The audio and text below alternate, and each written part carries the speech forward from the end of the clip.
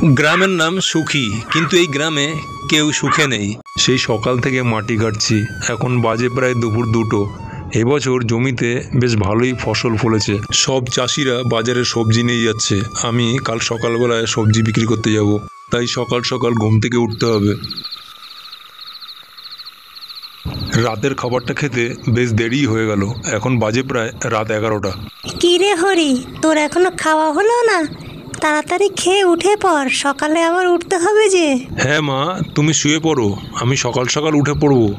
আর শোন, কালকে তোর বন্ধু কলকাতা থেকে অমল আসছে। অমল আসছে, মায়ের মুখে কথাটা শুনে আমার বেশ ভালোই লাগলো। সেই অনেক বছর পর কলকাতা থেকে আমার বন্ধু অমল বাড়ি ফিরছে। এক মনে জানলার দিকে তাকিয়ে আমি খাবারগুলো আবার খেতে লাগলাম। হঠাৎ দেখি জানলার ওপারে কে যেন উঁকি মেরে আমাকে দেখছে। ভয়তে আমার গা শিউরে উঠল। ভালো করে জানলার বাইরে তাকিয়ে দেখলাম, না, কেউ তো নেই।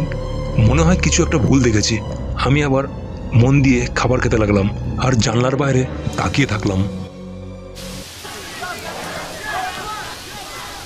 আষাঢ় মাস। আমি যখন খুব সকালে সবজি নিয়ে বাজারে গেলাম, তখন বাজারে এক হাঁটু জল। অবিরাম বৃষ্টি পড়েই চলেছে, সবজিগুলো ভিজে একাকার। এই সবজি কটা যদি বিক্রি না হয় তাহলে নষ্ট হয়ে যাবে। কোনো মতে সবজিগুলো বিক্রি করে খালি রিস্কা নিয়ে আমি বৃষ্টিতেই বাড়ি ফিরলাম। এই বৃষ্টি যে কোনো মতে থামতেই চায় না। কিন্তু পরের দিন পরিষ্কার আকাশ আর পাখির ডাক শুনে মনটা ভরে গেল। আর বিকেল যখন হলো, আবার যেই কে সেই। আকাশ মেঘলা, গ্রামটা থমথমে। গ্রামের চাষিরা সব সবজি নিয়ে বাড়ি ফিরছে। বাচ্চা ছেলেগুলো গাছের তলায় খেলা করছিল। দেখতে দেখতে সন্ধেবেলায় আকাশটা পুরো কালো হয়ে এলো। এই বৃষ্টি নামবে বোধহয়। আর এদিকে হরির বন্ধু অমল হরিকে ডাকতে হরির বাড়ির দিকেই যাচ্ছিল। হঠাৎ দাঁড়িয়ে থমকে গেল। দেখে খেজুর গাছে একটা মানুষ উল্টো হয়ে ঝুলছে। অমল তখন মানুষটার দিকে ভালো করে দেখে বলল, না, এ তো মানুষ নয়, এ তো একটা আস্ত ভূত। এ আমি কার পাল্লায় পড়লাম? রাম রাম রাম রাম রাম রাম রাম রাম রাম রাম। বলতে বলতে অমল চলে গেল। এদিকে আকাশ কালো হয়ে নেমে এলো বৃষ্টি। বিদ্যুৎ চমকাতে চমকাতে ভালোই বৃষ্টি শুরু হয়ে গেল। এই গ্রামে সন্ধ্যের পর তেমন কাউকে একটা দেখা যায় না। হরি চারিদিকে কিছু লক্ষ্য না করেই বৃষ্টিতে ভিজে ভিজে অমলের সঙ্গে দেখা করতে যাচ্ছে, কিন্তু ওই সময় খেজুর গাছে আর কাউকে দেখা যায়নি। এদিকে অমল তখন একটা চায়ের দোকানে বসে চা খাচ্ছিল। অমল বলল, কিরে হরি, কেমন আছিস? অনেক দিন পর তোর সঙ্গে দেখা। সব বলছি, তুই আগে বল, আমাদের বাড়িতে যেতে যেতে মাঝখান থেকে চলে এলি কেন? কেননা তোদের বাড়িতে যেতে গিয়ে দুটো খেজুর গাছে একটা ভূত দেখেছি, তাই ভয়তে আর যাইনি। বিশ্বাস যদি না করিস আমার সঙ্গে চল। তাহলে চল, আমিও ওই বৃষ্টিতে ভিজে ভিজে ভূতটাকে দেখে আসি। তোর কথা সত্যি না মিথ্যে? এই বলে ঝড় জল বৃষ্টিতে দুজনেই বেরিয়ে গেল। চায়ের দোকানে চায়ের মালিক ছাড়া এত রাত্রে আর কেউ নেই। অমল হরির বাড়িতে বসে বসে বলল, তোদের বাড়ির পেছন দিকটায় খেজুর গাছে একটা ভূত উল্টো হয়ে ঝুলছিল, আমি দেখেছিলাম। এখন সেটা সেখানে নেই। আরে অমল, ভূত টুত বলে কোনোদিন কিছু হয় না। আমি ভূত কখনো বিশ্বাস করি না, আর আমাদের এখানে কোনোদিন ভূতই নেই। আমি জানি তুই এসব বিশ্বাস করবি না। যদি পারিস আমার সঙ্গে চল, খুব ভালো, আমার কাছে একটা তান্ত্রিক রয়েছে, সব ঠিক হয়ে যাবে। অমল, তুই শুধু শুধু ভয় পাচ্ছিস, আমি আছি, তোর চিন্তা নেই। শোন হরি, এসব কাজে কিন্তু দেরি করতে নেই, কখন কি ঘটে যাবে বলা যায় না। কথা বলতে বলতে ভূতটাকে দেখে দুজনেই চেয়ার ছেড়ে উঠে দাঁড়িয়ে পড়ল। কিরে হরি, দেখলি তো এবার ভূতটাকে? আমার মনে হয় খেজুর গাছ ছেড়ে তোদের ঘরের পেছনে আমবাগানে এসে রয়েছে। যদি পারিস এই রাত্রেই চল তান্ত্রিকের কাছে, সব ঠিক হয়ে যাবে। বেশি দূর যেতে হবে না, মোটে 3 ক্রোশ রাস্তা, পায়ে হেঁটেই চলে যাব। শুনেছি নাকি তান্ত্রিকের নাম ডাক অনেক বড়, ভূত থরথর করে কাঁপে। এদিকে তান্ত্রিক সারা রাত জেগে আগুনের সামনে মন্ত্র জপ করে। আর এই তান্ত্রিকের নাম হলো তারানাথ শাস্ত্রী। অনেক দূর দূর থেকে মানুষজন আসে।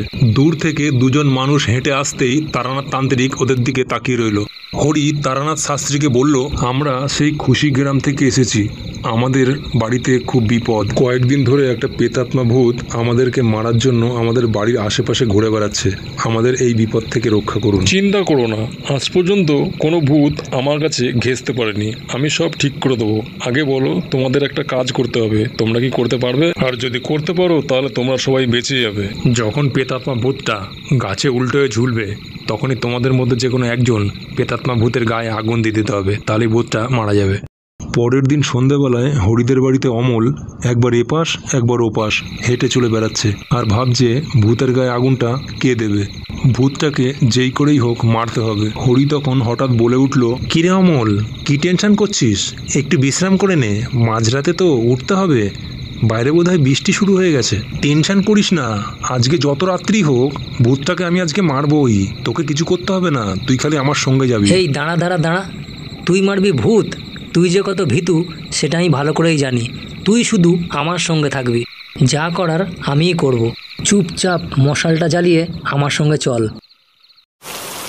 বাইরে তখন প্রচণ্ড বৃষ্টিতে ভূতটা আম গাছে দোল খাচ্ছিল। ভয়ঙ্কর ভূতটাকে মারা অত সহজ ছিল না। তবুও দুই বন্ধু ভূতটাকে মারার জন্য মাঝরাতে বেরিয়ে এলো। মশালটা ছিল অমলের হাতে। বিদ্যুৎ চমকানো বৃষ্টিতে অমল সাহস করে ভূতটার গায়ে আগুন লাগিয়েই দিল। দূরে দাঁড়িয়ে দেখছিল হরি। আগুন লাগতেই হরি আগে ভয়ে পালিয়ে গেল। ভূতটার গায়ে আগুন লাগতেই হাওয়াতে আগুনটা আরো তীব্র হয়ে জ্বলতে লাগলো। আম গাছের মধ্যে ভূতটা ছাই হয়ে উড়ে চলে গেল। বৃষ্টি তখন আরো জোরে নেমেছে।